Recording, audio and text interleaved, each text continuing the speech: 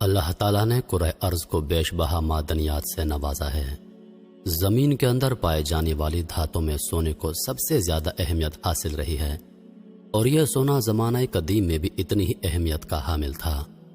اس کا اندازہ ہمیں ماضی کی دریافتوں اور سابقہ حکمرانوں کے ملنے والے پوشیدہ خزانوں سے ہوتا ہے، جن میں ایک وافر مقدار میں سونے، چاندی اور ہیرے جواہرات کی ہوتی ہے۔ اگر ہم آج کے دریافت ہونے والے خزانوں کا تذکرہ کریں تو ہمیں اندازہ ہوتا ہے کہ بلا شبہ سرزمین مصر ایک ایسا خطہ ہے جہاں سے سب سے زیادہ خزانے پائے گئے ہیں۔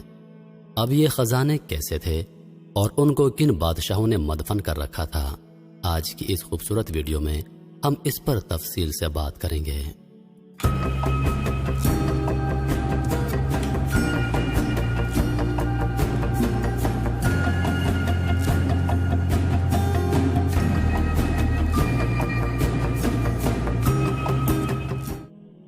سونا جواہرات میں اس لیے سب سے زیادہ پرکشش ہوتا ہے کیونکہ اس میں سب سے زیادہ چمک پائی جاتی ہے، اور یہی وجہ ہے کہ آج تک اس کا کوئی نعم البدل نہیں۔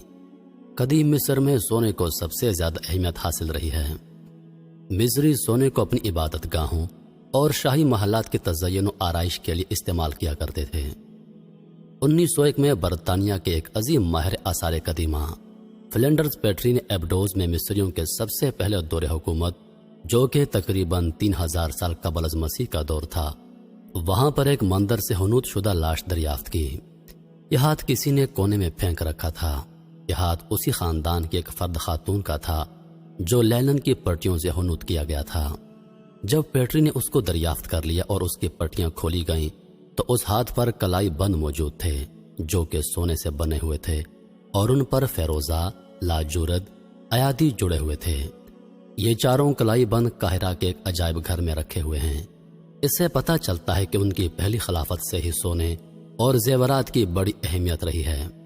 یہی وجہ ہے کہ ان کے مندروں پر بنے خاکوں میں بھی انہیں زیورات میں ملبوس دیکھا جا سکتا ہے۔ اسی طرح مختلف ادوار سے منسلک مختلف مندروں میں سے سونے سے بنی چیزوں کے نمونے پائے گئے ہیں۔ آثار قدیمہ کے مطابق یہ اس دور کی بات ہے جب مصر کا دارالحکومت تانیس تھا۔ یہ دوسری اور تیسری سلطنت کے ادوار ہیں جن میں یہاں پر سوناروں کو بڑی پذیرائی حاصل ہوئی، اور ان کے کنندہ نقش و نگار آج بھی مصر کے مندروں اور ان کی رانیوں کے محلات میں عام دکھائی دیتے ہیں، کیونکہ انہی ادوار کی سب سے زیادہ باقیات آج کے دور میں دریافت کی گئی ہیں۔ مصری بادشاہوں کے طرز عمل کے مطابق وہ اپنے زیادہ تر خزانے ایسے دریا جو خشک ہو جاتے تھے یا پھر صحراؤں میں چھپاتے تھے، اور ایسا زیادہ تر جنوب کے علاقے سے پایا گیا ہے۔ پیٹری اور جیکیوز نے زیادہ تر 12ویں صدی کے ملکاؤں اور شہزادیوں کے خزانوں کو دریافت کیا ہے، جس سے پتہ چلتا ہے کہ اس دور میں بھی لوگ سونے کے زیورات بنانے کے فن میں ماہر تھے۔ نئی بادشاہتوں میں سب سے مشہور خزانہ توتن خامن کا ہے، اور اس کا دور 14ویں سے 18ویں دور حکومت کا رہا ہے۔ اس کے 300 سال کے بعد عرصہ میں یعنی 21ویں سلطنت کے خزانوں کے طرز عمل میں بدلاؤ دیکھا گیا ہے۔ اس دور میں خزانہ محض سونے کی صورت میں نہیں بلکہ اس کے مختلف نمونے بنا کر اسے محفوظ کیا گیا، جن میں گلدان قابل ذکر ہیں۔ ان میں سب سے اہم اور منفرد خزانہ 1936 میں دریافت کیا گیا۔ یہ خزانہ مصر کے دوسرے نمبر کے فرعون کے دور کا ہے۔ اس میں سونے، چاندی اور لاجدور سے بھرے ہوئے صندوق پائے گئے ہیں، جن میں سے ہر ایک کا وزن تقریباً 6500 کلو گرام پایا گیا ہے۔ مصری اپنے فرعونوں یعنی بادشاہوں کو اپنے خداؤں کا عکس سمجھا کرتے تھے۔ سونا جو کہ کبھی خراب نہیں ہوتا، اس لیے وہ اپنے بادشاہوں اور خداؤں کو سونے کے لباس اور تاج و تخت سے مزین رکھا کرتے تھے۔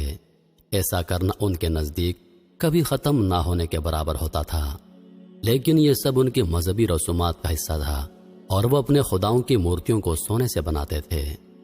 اور چونکہ وہ فرعونوں کو سورج یعنی اپنے خدا کا بیٹا سمجھتے تھے، تو انہیں بھی انہی دھاتوں سے بنے لباس سے زیب تن ہونا ہوتا تھا۔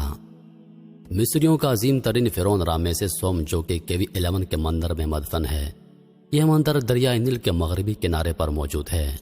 اس جگہ کو فرعونوں کی وادی کے نام سے جانا جاتا ہے۔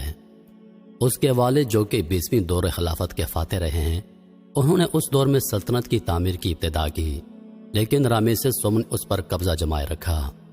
ایسا تو سبھی جانتے ہیں کہ مصر کے بادشاہوں کو فرعون کہا جاتا ہے، لیکن قدیم مصری اپنے بادشاہوں کو فرعون نہیں کہا کرتے تھے، اور نہ ہی مصر میں فرعون کا لفظ باضابطہ طور پر اپنے بادشاہوں کو پکارنے کے لیے استعمال کیا جاتا تھا، بلکہ وہ اپنے بادشاہوں کو اور کئی ناموں سے پکارتے تھے، جیسا کہ نیسو یا بادشاہ نیب یا پھر خدا کہہ کر پکارتے تھے۔ اور مصر کے نیل کے نام پر جو سیلاب کی صورت میں نکل آئے تھے، یعنی دریائے نیل میں جس قسم کا سیلاب آتا اور اسی کی نوعیت کے مطابق جیسا سیلاب ہوتا، ویسا ہی اس کا نام رکھ لیا جاتا اور اسی نام سے بادشاہوں کو پکارا جاتا۔ لیکن فرعون کا لفظ مصری زبان کے فی اے سے نکلا، جس کا مطلب ہے عظیم حویلی، وہ جگہ جو بادشاہ سے نکلی ہے، اور یہ لفظ یقینی طور پر تیسرے دور کے درمیانی حصے سے بادشاہوں کے لیے استعمال کیا جا رہا ہے۔ فرعون کی فطرت باقی انسانوں سے مختلف ہوتی تھی، کیونکہ اسے زمین پر خداؤں کا نمائندہ سمجھا جاتا تھا۔ اس خیال سے منسلک بادشاہ کی تاج پوشی کی ترکیب کے وقت اسے ایک دیوی ذریعے مستقبل کے بادشاہ کو دودھ پلانے کی رسم قائم کی گئی، جس کا مطلب یہ تھا کہ اس بادشاہ کی انسانی حالت دیوتا کی حالت کے قریب ہی ہے۔ فرعون کی اولین ذمہ داری ہوتی تھی، اور وہ یہ کہ اسے اپنے ملک میں امن و امان رکھنا اور رعایا میں تحفظ کی فضا قائم رکھنا، کیونکہ اس وقت مصر میں افراتفری کی صورتحال سب سے زیادہ خوفناک تصور کی جاتی تھی۔ اس کے علاوہ عوام کو خوراک مہیا کرنا اور ملک کو بیرونی حملوں سے بچانا بھی مملکت کے سربراہ کی ذمہ داری میں آتا تھا۔ مصر میں عورتوں کو اقتدار میں آنا سخت ممنوع تھا، ایسا کرنا ان کے خداؤں کی شان کے خلاف مانا جاتا تھا۔ تاہم مصر میں پھر بھی کئی خواتین اقتدار کا حصہ بنی۔ یہ ایک اذیتناک دور ہوتا تھا۔ نائٹو کریس پرانی بادشاہت کی آخری بادشاہ امینہت سوم کی بیٹی تھی۔ اس کی جو تصویریں محفوظ کی گئی ہیں ان کے دو نمونے ہیں، ایک عورت کے طور پر اس کی اہمیت اور دوسرا سیاسی طور پر وہ مقام جو وہ حاصل کرتی ہے، جس میں اس کے سر پر رکھا تاج نظر آتا ہے، جس میں لگی نیمو یعنی تاروں نے اس کے سر کو ٹوپی تک ڈھانپ لیا ہے۔ اگر ہم فرعون کی ذاتی زندگیوں پر ایک نظر ڈالیں تو تمام فرعونوں کا ایک وسیع خاندان ہوتا تھا، جو کہ سخت درجہ بندی کے ماتحت ہوتا تھا۔ ایک فرعون کے خاندان میں خود فرعون کے بعد سب سے زیادہ اہمیت ملکہ کی ہوتی تھی، جسے کہ بادشاہ کی عظیم بیوی کا لقب دیا جاتا تھا۔ ویسے تو فرعون ایک سے زیادہ شادیاں کیا کرتے، تاہم یہ عظیم ملکہ وہ ہوتی تھی جس نے فرعون کے تخت کے وارث کو جنم دیا ہوتا تھا۔ اس کے علاوہ دیگر بیویاں ثانوی حیثیت رکھتی تھیں، جو کہ بادشاہ کی نجی قیام میں رہتی تھیں۔ حرم کا نظام اعلیٰ حکام کے سپرد ہوتا تھا، جبکہ مندروں کی حفاظت کا نظام ایسے افراد کرتے جنہوں نے اپنی زندگیاں اس کام کے لیے وقف کر رکھی ہوتی تھیں۔ بادشاہ کی عظیم بیوی اس کی زنانہ تکمیل کا باعث تھی، جس کے ساتھ سے مرد اور عورت کی زمین پر تخلیق کے عمل کو پورا کرنا ہوتا تھا۔ دیگر بیویاں بھی اولاد پیدا کرنے کا حق رکھتی تھیں، اور اگر عظیم بیوی کی اولاد کا مسلسل انتقال ہوتا رہتا تو ثانوی بیویوں میں سے کسی کی اولاد کو تخت کا وارث بنا دیا جاتا۔ اگر جان نشینی کی لکیریں اس کے پاس آتی ہیں تو تاکہ اس کی ماں بادشاہ کی ماں بن سکے۔ بادشاہ کی عظیم بیوی ہمیشہ دربار میں بادشاہ کے ساتھ اس کی نائب کی حیثیت سے بیٹھتی تھی۔ بادشاہ کی بیوی کے بھی دیگر القابات ہوا کرتے تھے، جیسے کہ دیوتا کی بیوی۔ فرعون کی عظیم بیوی کے بعد اس کے خاندان کا اہم فرد اس کا ولی عہد شہزادہ ہوتا تھا، جو نظم و ضبط کی ضمانت دینے کے ساتھ ساتھ خاندان کے تسلسل کو بھی یقینی بناتا تھا۔